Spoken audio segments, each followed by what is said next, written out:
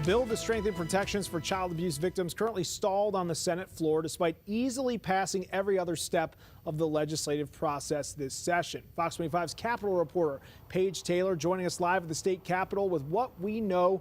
Paige, what can you tell us? Madam, House Bill 4227, also known as the Cindy Clemishire Act and Trey's Law, has received 0 no votes here this session at the Oklahoma State Capitol, which has led to growing confusion as to why it has not yet been heard on the Senate floor, and it's a race against time to get it across the finish line. Christmas night 1982 was the first time Robert Morris sexually abused Cindy Clemishire. She was 12 at the time, and he was a family friend. And also, he was a traveling evangelist, and we've now started referring to him as a preacher, a pedophile disguised as a preacher. But he started abusing me when I was 12 years old, and that went on for about 4.5 years. In March of last year, Morris was indicted on 5 counts of lewd acts with a child. He pled guilty in October. We knew that the statute of limitations had expired years ago, and even though they've been modified along the way, there was no way for us to pursue him criminally because of the statute of limitations. So thankfully there was a loophole. Clemishire's story is one of the pillars of House Bill 4227. The Cindy Clemishire Act would remove the statute of limitations for when prosecution can be pursued for sexual crimes against children.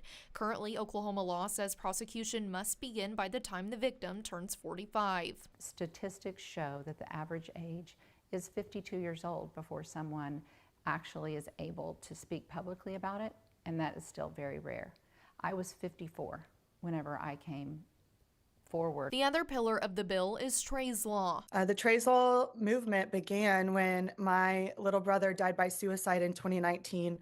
After enduring the unimaginable, he was groomed and sexually abused at KOKH camps in Branson, Missouri. And then after that, pursued justice through the civil courts. And unfortunately, that ended with a restrictive settlement agreement that included an unnecessarily intimidating NDA. The Trey's Law section of the bill would prohibit the use of non-disclosure agreements in child sexual abuse cases. House Bill 4227 has sailed through the legislative process. That is until it was eligible to be heard on the Senate floor, where it has not been heard. From what we've gathered, it is Senate leadership who does not want to bring this to a floor vote.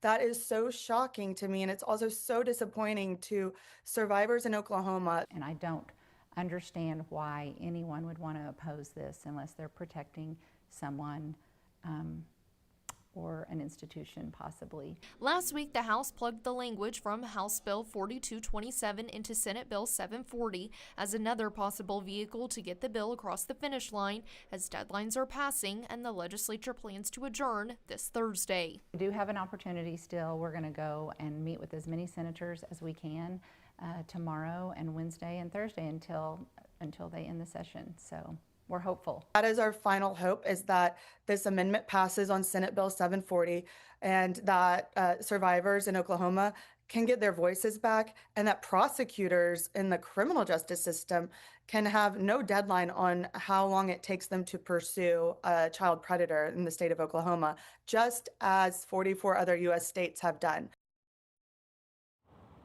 I reached out to Senate staff to see if the Senate floor leader, State Senator Julie Daniels, is considering this new Senate bill with the new language. I was told a decision has not been made yet. The Senate has until Thursday to take up any measures. Reporting live at the state capitol, Paige Taylor, Fox 25 News.